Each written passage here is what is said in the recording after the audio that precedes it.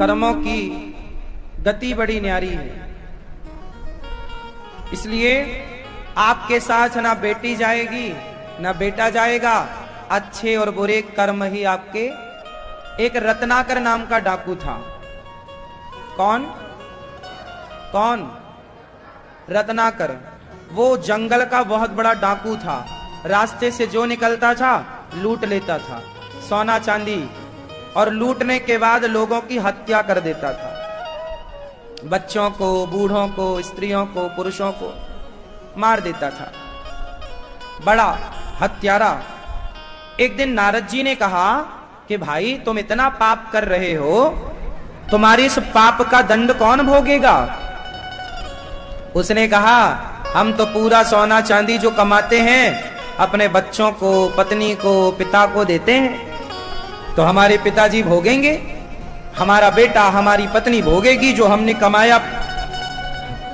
हम थोड़ी भोगेंगे, क्योंकि हमने तो सारा धन उनके लिए कमाया है, तो वो भोगेंगे। नारद जी बोले नहीं, तुम्हारे पापों का दंड तुम्हारे बच्चे क्यों भोगेंगे? हत्या तुमने करी है, पाप तुमने किया है, तुम्हारे बच्चे तुम्हारा धन तो बांट लेंगे पर तुम्हारे कर्मों को ना बांटेंगे, तुम्हारे पाप दंडों को ना बांटेंगे। धन बंटता है मेरी माँ, हमारे द्वारा किए गए पाप कर्म कभी बंटवारा उनका नहीं होता। हमारे संपत्ति के वारिस तो बहुत हो सकते हैं, आपकी संपत्ति के वारिस बहुत होंगे, पर आपके कर्मों का वारिस कोई ना होगा। कर्मों का फल खुद को ही भोगना पड़ता है। इसलिए संसार के लिए ऐसे पाप मत कर लीजिएगा कि भोगते समय तुम्हें बड़ी पीड़ा हो। क्यों किया था? दाल रोटी तो खानी है साहब, थोड़ा 56 भोग भी खाओ, क्या प्रॉब्लम है, पर गलत तरीके से काम ना हो। श्री करदम जी महाराज चले गए। माता देवहूति अपने पुत्र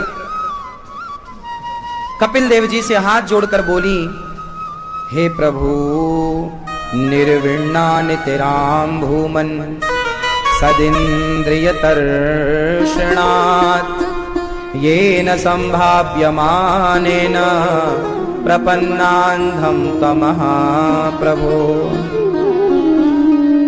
तं त्वागताहं शरणं शरण्यं स्वभृत्य संसारतरो कुठारं जिज्ञासयाहं प्रकृते पुरुषस्य नमामि सद्धर्मविदां वरिष्ठम। हे प्रभु हम आपकी शरण में हैं। माता देवहूति ने अपने पुत्र की शरणागति ग्रहण की। हे प्रभु आप भगवान हैं, मेरा मार्गदर्शन कीजिए, मेरा मन शांत कैसे हो। अच्छा ये बताओ, आप में से कितने लोगों का मन अशांत रहता है? थोड़ा सा वॉल्यूम अप, कम, हल्की सी कम। ये बताओ हमारा मन, हाँ ठीक है, हमारा मन शांत कैसे हो? आप में से कितनों का मन अशांत है? जिनका अशांत है वो कृपया हाथ उठा के बताएं। मैया खड़े ही क्यों रहना है मेरी माँ? चलो बताओ किस किस का मन अशांत है? अशांत आपका नहीं है तो काहे नहीं उठा रही हो मैया हाथ? आलसी मैया।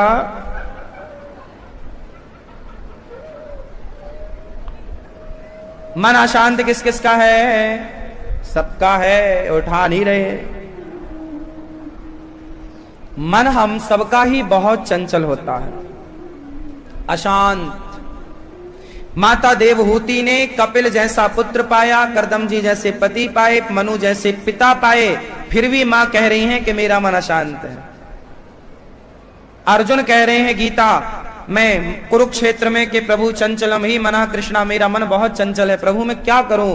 तब भगवान ने कहा अर्जुन मन चंचल है तो उसको कैसे कंट्रोल करें, वो कैसे कंट्रोल कर सकते हैं, भगवान उपाय बता रहे हैं। आपका मन चंचल है, कितने लोग कंट्रोल करना चाहते हैं अपने अपने मन को? जो चाहते हैं वो हाथ उठाएं। चाहते हो ना मन को कंट्रोल करना? कैसे करोगे?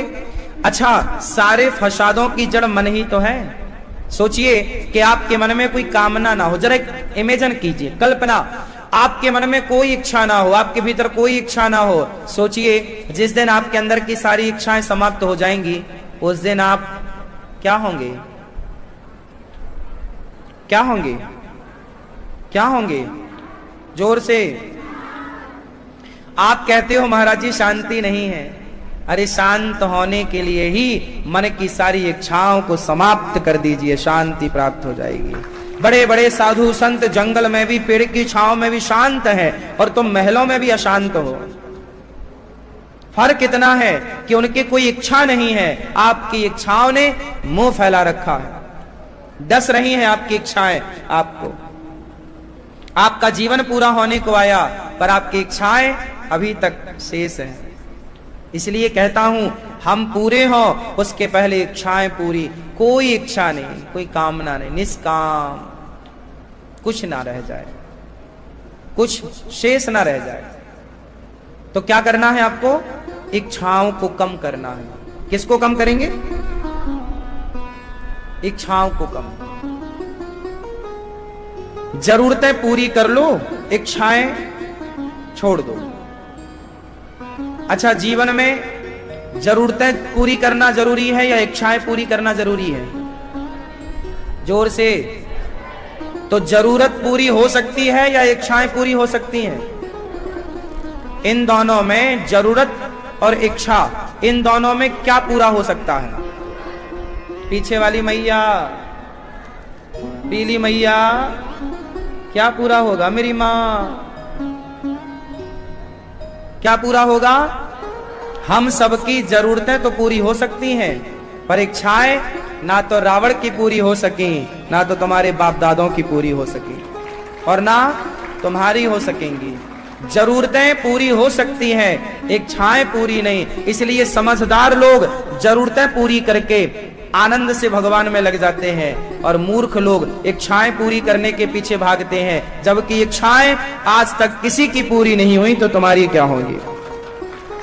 जो पूरा हो ही नहीं सकता उसे आप पूरा करने चले हो, इससे बड़ी मूर्खता क्या हो सकती है? ये तुम्हारी जिद इच्छाओं को पूरी करने की, यही तुम्हें परेशान कर रही है। बोलो हाँ। आप क्या पूरी कर रहे हैं? इच्छाएं या जरूरतें? आपसे पूछ रहे हैं, क्या जरूरत है आपकी? क्या जरूरत होती है? रोटी, कपड़ा, मकान, शिक्षा। रोटी, कपड़ा, मकान और शिक्षा, स्वास्थ्य, ये आपकी जरूरतें हैं। और मेरी गाड़ी हो, बंगला हो, नाम हो, इज्जत हो, ये क्या है? ये जरूरतें नहीं है, ये तो इच्छाएं हैं। घर हो ये जरूरत है, पर बड़ा बंगला हो ये इच्छा है। इच्छाएं पूरी नहीं, जरूरतें। श्री देवहूति मां ने कहा, मन बड़ा चंचल है। देखो ना, मन बहुत चंचल है। आपके पास एक हार है, पर आपने एक पड़ोसन का और देख लिया, तो ऐसा वाला और ला के दो।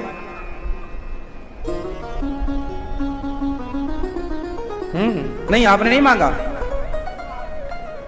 फिर आप सबका मन बहुत चंचल है, थोड़ी देर में मन यहां, थोड़ी देर में मन यहां। इसको कैसे कंट्रोल करें? आओ कंट्रोल करते हैं। मन को कंट्रोल करने का एक बढ़िया उपाय है। आप बताओ, आप में से कितने लोगों को साइकिल चलानी आती है?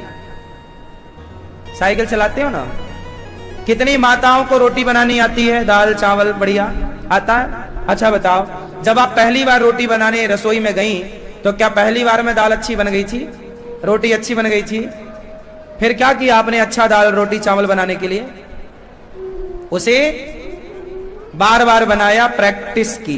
क्या किया? साइकिल कोई एक बार में नहीं बनती, प्रैक्टिस करते हैं तो साइकिल चलानी आती है। बोलो हाँ। जब प्रैक्टिस करेंगे तो कोई काम आएगा, प्रैक्टिस नहीं करेंगे तो कोई नहीं काम नहीं आएगा। मंदारी बंदर को बस में कर लेता है कि नहीं? बोलो हाँ। कैसे करता है? प्रैक्टिस कराता है मंदारी बंदर को। खाने को कम देता है, भूखा रखता है और उसे मारता है, और मदारी बंदर को जैसे जैसे बोलता है वैसे वैसे कराता है, तब खाने को देता है। अभ्यास कराता है 6-6, 7-7 महीने तक, तब जाके मदारी की बातें बंदर समझने लगता है। मदारी का इशारा बंदर, हाँ सोचिए, बंदर सबसे चंचल प्राणी है, बोलो हाँ, सबसे चंचल है बंदर, लेकिन मदारी ने उसे भी वश में कर लिया। यदि बंदर को वश में मदारी ने कर लिया तो आप भी अपने मन को वश में कर सकते हैं, प्रैक्टिस करके। अभ्यासेन तु कौन्तेय वैराग्येण च गृह्यते। अभ्यास क्या करेंगे? अभ्यास करत करत अभ्यास के जड़मति होत सुजान, रसरी यावत जात है सिल पर पड़त। करने से सब होता है। यदि आप ठान लें कि आपको ये करना है तो आप जरूर कर लेंगे, और आप हार गए कि नहीं हो पाएगा तो हार गए सो हार गए। इसलिए हारो मत। मुझे लगता है जीवन में कभी परेशान नहीं होना चाहिए। और मन क्या चीज है साहब, मन क्या चीज है, कंट्रोल हो सकता है। छिप छिप अश्रु बहाने वालों, छिप छिप अश्रु बहाने वालों, मौती व्यर्थ लुटाने वालों, कुछ सपनों के मर जाने से जीवन नहीं मरा करता। कुछ सपनों के मर जाने से जीवन नहीं मरा करता। सपना क्या है? सपना, सपना क्या है? नयन सेज पर सोया हुई आंखों का पानी, और टूटना है उनका ज्यों जागोए कच्ची नींद जवानी। गीली उम्र बनाने वालों, डूबे बिना नहाने वालों, कुछ पानी के बह जाने से सावन नहीं मरा करता। कुछ सपनों के मर जाने से जीवन नहीं मरा करता। कुछ सपने मर गए, हमारी कुछ इच्छाएं पूरी नहीं हुई। कुछ लोग क्या होते हैं, जैसे आजकल के बच्चे 10वीं क्लास में फेल हो गए, 12वीं में रिजल्ट अच्छा नहीं आया, फेल हो गए। कुछ लड़के लड़कियां क्या करते हैं, आत्महत्या कर लेते हैं, मर जाते हैं। कुछ लोगों को नुकसान हुआ फैक्ट्री में, मर गए। कुछ लोगों को लगता है कि अब तो कुछ नहीं। अरे भाई, हार नहीं मानना। आज फेल हुए हो कोई बात नहीं, आज असफलता हाथ लगी कोई बात नहीं, हिम्मत ना हारो। जो सफल हुआ है वही सफल हो सकता है, जो असफल नहीं हुआ, फेल नहीं हुआ। इसलिए माला बिखर गई तो क्या है? माला बिखर गई तो क्या है? खुद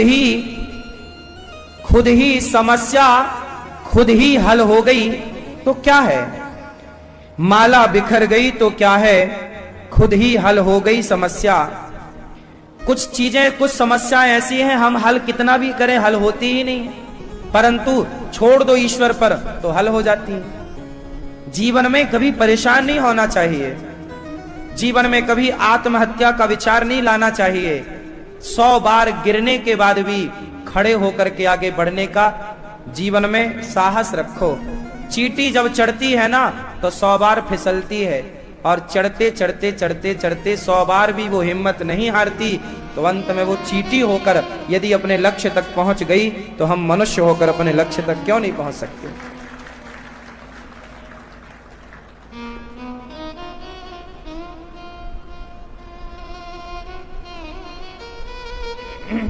माला बिखर गई तो क्या है? खुद ही हल हो गई समस्या। आंसू गर नीलाम हुए तो समझो पूरी हुई तपस्या। आंसू गर नीलाम हुए तो समझो पूरी हुई तपस्या। रूठे दिवस मनाने वालों, फटी कमीज सिलवाने वालों, कुछ दीपों के बुझ जाने से, कुछ दीपक के बुझ जाने से आंगन नहीं मरा करता। कुछ दीपक बुझ जाने से आंगन नहीं मरा करता। कुछ सपनों के मर जाने से जीवन नहीं मरा करता। कुछ सपने मर गए हमारे, नहीं पूरे हुए, कोई बात नहीं, फिर नया सपना, फिर नई ऊर्जा, नई एनर्जी, नई ताकत के साथ अपने लक्ष्य को पाने के लिए फिर बढ़ो। गिर गए कोई बात नहीं, हम बच्चे थे तो खड़े होते और गिर जाते थे। आप बच्चे थे ना, तो खड़े होते थे और आप गिर जाते थे, फिर आप खड़े होते थे, एक कदम रखते थे, फिर आप गिर जाते थे, फिर आप खड़े होते थे, 2 कदम रखते थे, गिर जाते थे। अरे गिरने के डर से हम ना चलें तो हम अपाहिज हो जाएं। बच्चे छोटे छोटे ना चलते हैं, चलते कम हैं, गिरते ज्यादा है। तो बच्चे गिरने के डर से क्या चलना छोड़ दें? यदि गिरने के डर से बच्चा चलना छोड़ दे तो बच्चे अपाहिज हो जाएंगे। इसलिए हम हार जाएंगे इस डर से, क्या जीत का सपना छोड़ दें? ना, हार जाएंगे तो हार जाएंगे, क्या जाना है, कोई बात नहीं, फिर लड़ेंगे, फिर खड़े होंगे। हम जीवन में तब तक नहीं रुकेंगे जब तक अपने लक्ष्य को प्राप्त न कर लें। लाखों बार गगरिया फूटी, लाखों बार गगरिया फूटी, शिकन नहीं आई पनघट पर। लाखों बार किश्तियां डूबी, चहल पहल वो ही है तट पर। तम की उम्र बढ़ाने वालों, लौ की आयु घटाने वालों, लाख के लाख करे पतझड़ की कोशिश, लाख करे पतझड़ की कोशिश, पर उपवन नहीं मरा करता, पर उपवन नहीं मरा करता। कुछ सपनों के मर जाने से जीवन नहीं मरा करता।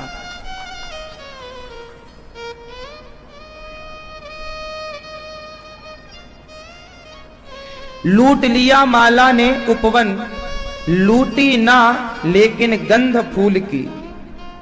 तूफानों तक ने छेड़ा पर खिड़की, बंद न हुई धूल की।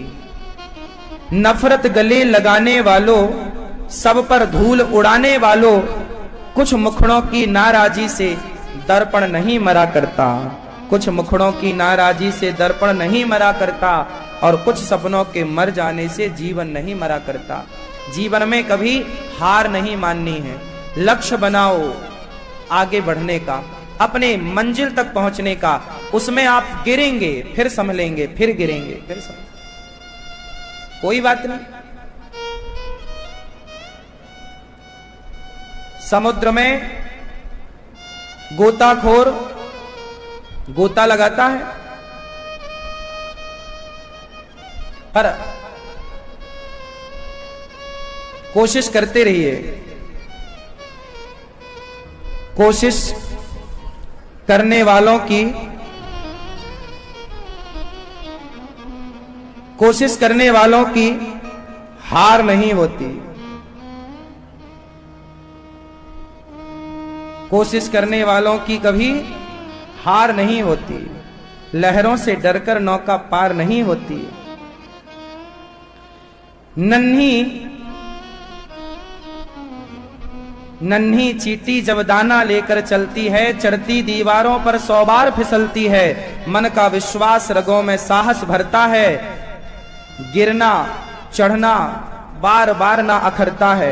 आखिरकार उसकी मेहनत बेकार नहीं होती, और कोशिश करने वालों की कभी हार। बस असफलता एक चुनौती है, इसे स्वीकार करो और सुधार करो। असफलता एक चुनौती है, इसे स्वीकार करो। और गलतियां करना अच्छा होता है कि बुरा? उत्तर, गलतियां करना अच्छा है या बुरा? जोर से, जोर से। हाँ, जो व्यक्ति गलतियां करता है वही व्यक्ति आगे बढ़ता है। बल्ब बनाने वाले वैज्ञानिक ने कोई एक बार में बल्ब बना दिया था क्या? 1000 बार परीक्षण करके फेल हुआ, पर लगा रहा, लगा रहा। जिस वैज्ञानिक, मैंने एक वैज्ञानिक के बारे में पढ़ा कि जिसने ये बल्ब बनाया सबसे पहला, तो कोई एक बार में थोड़ी जल गया था, बार बार वो असफल हुआ। हजारों बार, 100 बार नहीं, 200 बार नहीं, 1000 बार असफल हुआ, हजारों बार। लेकिन वो आदमी टस का मस ना हुआ, अपने लक्ष्य से लगा रहा, लगा रहा, लगा रहा, और उसने हर बार सुधार किया। गलतियां करना और गलतियां करने के बाद स्वीकार करना प्लस सुधार करना। और जब वो लगा रहा तो 1000 बार असफल होकर बाद में वो जीत ही गया खिताब अपने गले में। उसने बल्ब का आविष्कार कर दिया। आप तो एक बार में हार जाते हैं, आज आप लोग तो 2-4 बार में हार जाते हैं, पर नहीं अब नहीं हो पाएगा, अब नहीं हो पाएगा। मैंने एक बार एक व्यक्ति के बारे में पढ़ा, एक व्यक्ति ने चुनाव लड़ा, सरपंच का हार गया। चुनाव लड़ा उसने, पार्षद का हार गया, चुनाव लड़ा विधायक का हार गया, सांसद का हार गया, जितने चुनाव लड़े उसने जीवन में सारे हार गए। लेकिन वो आदमी पत्थर की तरह हिम्मत नहीं हारने वाला, लगा रहा। अंत में सारे चुनाव हारने के बाद उसने राष्ट्रपति का चुनाव अंत में वो जीत गया और वहां देश का राष्ट्रपति बना।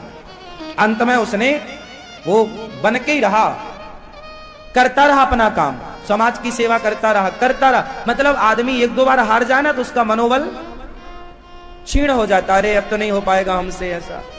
लेकिन एक बार आपको मैं एक बात बताऊं, आपके बच्चों को बताऊं, जीवन में कभी परेशान ना होइए, आप अपने लक्ष्य के लिए बिल्कुल बढ़ते रहिए।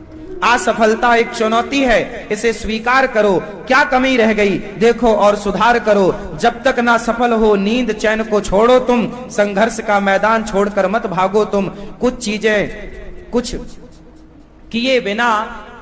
किए बिना जय जयकार नहीं होती, कोशिश करने वालों की कभी हार। हाँ, कुछ किए बिना। अब आप कहो जी हमारी तुम तारीफ करो, हमारी तुम जय जयकार करो, आपकी जय जयकार समाज में तब होगी जब आप कुछ करेंगे। कुछ कर रहे हैं आप तो आपकी जय जयकार जरूर होगी। कपिल भगवान ने मां देवहूति को उपदेश किया मन को कैसे वश में। अब आप हमें बताओ मन को कैसे वश में करें, जोर से। मन की बात मान लेनी चाहिए कि मन की माने या मन को मारे, जोर से। माने या मारो।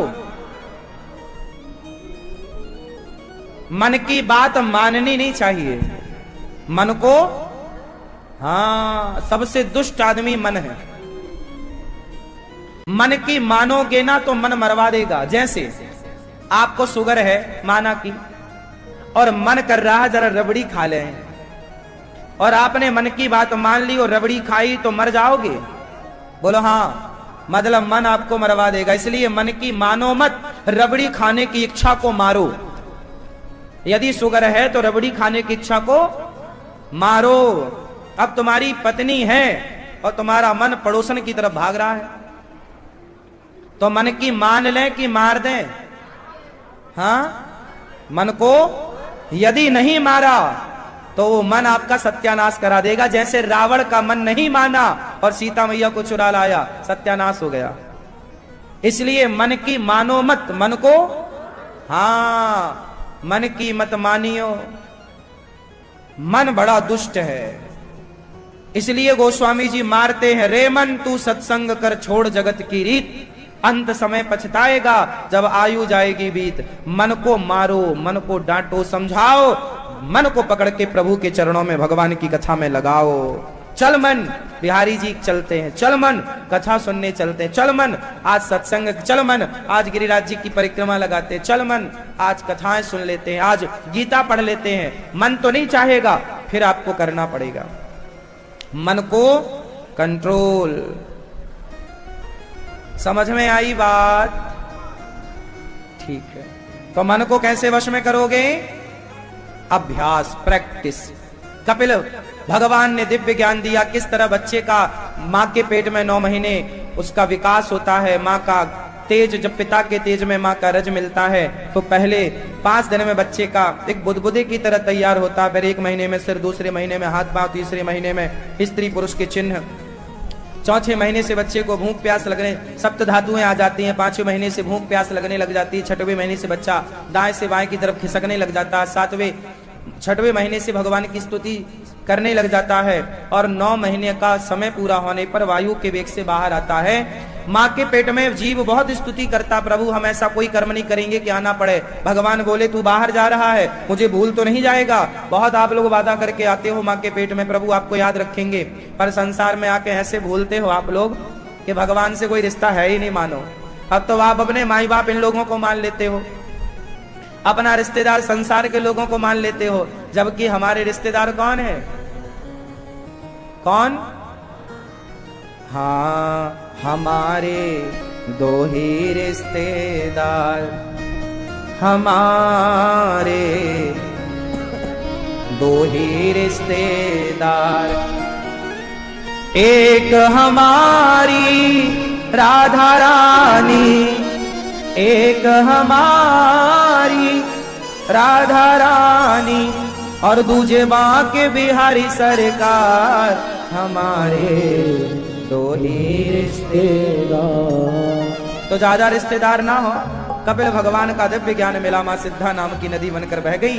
कपिल देव जी ने आचमन किया, सीधा गंगा सागर चले गए। बोलिए कपिल देव भगवान की। मनु जी महाराज की तीसरी बेटी का नाम प्रसूति, प्रसूति की सबसे छोटी बेटी का नाम सती। सती का विवाह शंकर जी से हो गया। सती माता का विवाह किससे हुआ? शंकर जी से। एक दिन शंकर जी अपनी पत्नी माता सती को सुनवाने, कथा सुनवाने ले गए। आप लोग अपनी पत्नियों को कथा वथा सुनवाने ले जाते हो कि नहीं? नहीं? फिर कहां ले जाते हो? पिक्चर दिखाने? कथा सुनवाने लाया करो तो लड़ेगी नहीं फिर आपकी पत्नी, और कथा नहीं सुनवाओगे तो डिस्चार्ज हो जाएगी। पति को भी कथा सुनवाया करो मेरी माँ, तो शराब नहीं पिएगा, वरना शराब पी के पड़ा रहेगा किसी गंदी नाली में। कथा दोनों को जरूरी है। छोटे छोटे बच्चों को भी कथा सुनवाओ। कथा बहुत अच्छी औषधि है, हृदय को परिवर्तित कर देती है कथा। संसार का कोई डॉक्टर नहीं है जो हृदय को परिवर्तित कर सके, एक भगवान की कथा है जो हृदय को परिवर्तित कर सकती है। कथाएं जरूर सुनो। आज का समाज, आज की युवा पीढ़ी कथाओं से वंचित है, इसलिए परेशान है। शंकर जी माता सती को लेकर कथा सुनाने गए। एक बार त्रेता जुग माही, शंभु गए कुंभज ऋषि पाही, संग सती जग जननी भवानी, पूजे ऋषि अखिलेश्वर जान। एक बार शंकर जी गए और अगस्त जी के पास खूब प्रेम से अगस्त जी ने कथा सुनाई। कथा किसकी? राम की। जब कथा पूरी हुई तो अगस्त जी ने विदा किया। शंकर जी जब गए उस समय राम सीता माँ को, वो त्रेता युग था, त्रेता युग में शंकर जी ने कथा सुनी। अच्छा, कथा सुनी तो कथा का फल क्या है? भगवान का दर्शन। तो शंकर जी को भगवान राम का दर्शन हुआ। उस समय राम जी किस हाल में थे? सीता के वियोग में। राम जी को सीता माँ का वियोग क्यों हुआ? रावण ले गया सीता माँ को। तो राम जी सबसे कह रहे हैं, हे सीता कहाँ हो? हे खग मृग, हे मधुकर श्रेणी, तुम देखी सीता मृग नयनी, हे सीता कहाँ हो? राम जी सबसे पूछ रहे हैं सीता कहाँ हो? तो शंकर जी ने कहा, जय हो प्रभु, जय जय जय सच्चिदानंद जगदीशा, आप सच्चिदानंद भगवान हैं, पर आप लीला ऐसी कर रहे हैं, बताओ, जैसे आपको कुछ पता ना हो। पत्नी को ऐसे ढूंढ रहे हैं जैसे कोई आम सामान्य व्यक्ति अपनी पत्नी के लिए पागल हो, कामी। राम जी ऐसे पागल है। शंकर जी ने प्रणाम किया, जय हो प्रभु, आप तो मर्यादा पुरुषोत्तम है। पर माता सती को बात लगी। शंकर जी से कहा, आपने प्रणाम क्यों किया? शंकर जी बोली, ये भगवान है जिनकी अभी अभी आपने कथा सुनी है। सती माँ को संदेह हो गया, ये भगवान नहीं है। क्यों? बोले, भगवान होते तो खुद की पत्नी कहाँ है पता ना लगा लेते कि मेरी पत्नी को रावण लेके चला गया है। इन्हें तो कुछ नहीं पता, ये भगवान नहीं है। शंकर जी ने बहुत समझाया, पर माता सती, अच्छा बताओ, राम भगवान है या नहीं? जोर से। तो फिर राम को क्यों नहीं पता लगा कि मेरी पत्नी कहां चली गई? आप बताओ, क्यों नहीं पता लगा? राम यदि भगवान है तो भगवान को सब पता होना चाहिए। फिर वो पागलों की तरह रोए क्यों? ये 10वें वाले भैया बताओ, क्यों रोए राम जी पागलों की तरह बैठे बैठे? हाँ, रावण को खोज रहे थे, तो भगवान को तो सब पता होता कि रावण कहाँ है, सीता कहाँ। तो ये पागलों की तरह राम जी रो काहे रहे? हे सीता, हे सीता, क्यों रो रहे हैं?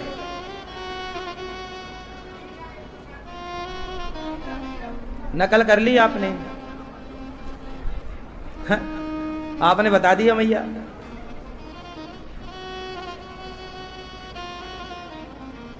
क्यों भैया? राम जी को पता क्यों नहीं लगा कि मेरी पत्नी कहाँ है? आपसे पूछ रहे हैं। लीला कर रहे हैं। क्या लीला है ये? जब राम जी को पता है कि मेरी पत्नी रावण ले गया है, तो फिर ऐसी लीला काहे कर रहे हैं? हाँ बताओ।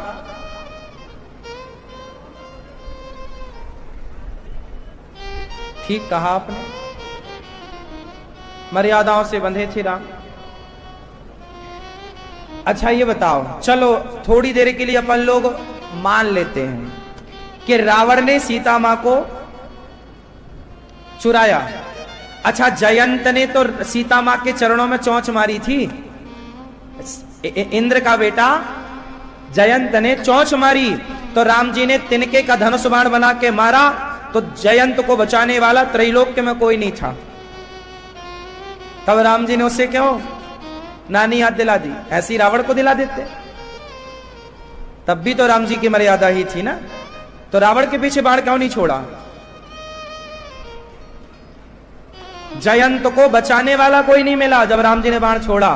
त्रैलोक में खुद के बाप इंद्र ने मना कर दिया, भाग जा यहां से, राम का बाण है, मैं नहीं चक्कर में पड़ता तेरे, तू ही मर। फिर बाद में सीता मां के चरणों में गिरा, तब सीता मां ने कहा प्रभु ये पुत्र है, क्षमा करो। तब जयंत को क्षमा किया राम जी ने। सीता मां के चरणों में चोंच मारी जयंत ने कौआ बनकर, परीक्षा लेने के लिए कि ये भगवान है या नहीं। तो चरणों में सीता मां के कहा चोंच मारी? जोर से, जोर से चरणों में। वाल्मीकि जी लिखते हैं कि माता सीता के हृदय में, आंचल में चोंच मारी, पर वाल्मीकि जी तो स्पष्ट लिखते हैं कि आंचल में चोंच मारी, पर तुलसीदास जी थोड़ा मर्यादा में लिख रहे हैं कि चरणों में चोंच मारी। ठीक है, चोंच तो मारी ना, चोंच मारी, बस मारी ना। अच्छा, चोंच जब मारी कौआ ने, तो राम जी को गुस्सा आया, अरे जयंत ने तो पांव में चोंच मारी थी और रावण तो पूरी सीता उठा के ले गया। तो जयंत के पीछे बाण छोड़ा, तो रावण के पीछे राम जी ने बाण काहे नहीं छोड़ा? अब ये सवाल है या नहीं? तो उत्तर दे दूं? चलो अब ध्यान से सुनो। यदि राम ने बाण छोड़ा होता रावण के पीछे, तो रावण सही में राम जी एक ही बाण से रावण को उसी दिन मार सकते थे जिस दिन उसने सीता मां को चुराया था। यह बात सही है या गलत है? मार सकते थे। अच्छा चलो, राम जी ने यदि मार दिया होता और रावण मर गया होता, और रावण मर जाता तो सीता जी वापस राम को मिल जाती, और जब वापस राम को सीता मिल जाती और रावण मर जाता, तो सोचो फिर सुग्रीव को कौन जानता, विभीषण को कौन जानता, हनुमान को कौन जानता, माता शबरी को कौन जानता। इन भक्तों के चरित्रों को भक्तों तक पहुंचाना था, इसलिए राम ने ये सारी लीला रची कि हनुमान लंका जाए, सीता मां का पता लगाए। हनुमान जी लंका ना जाते तो सुंदर कांड कैसे लिखा जाता, फिर लंका कांड कैसे लिखा जाता? यदि एक ही बाण से रावण को निपटा देते तो आगे की जितनी लीलाएं होनी थी सारी लीलाओं पर ब्रेक लग जाता। जितने भक्तों का यश कीर्ति बढ़ना था वो भक्तों का यश वहीं धरा रह जाता। हाँ।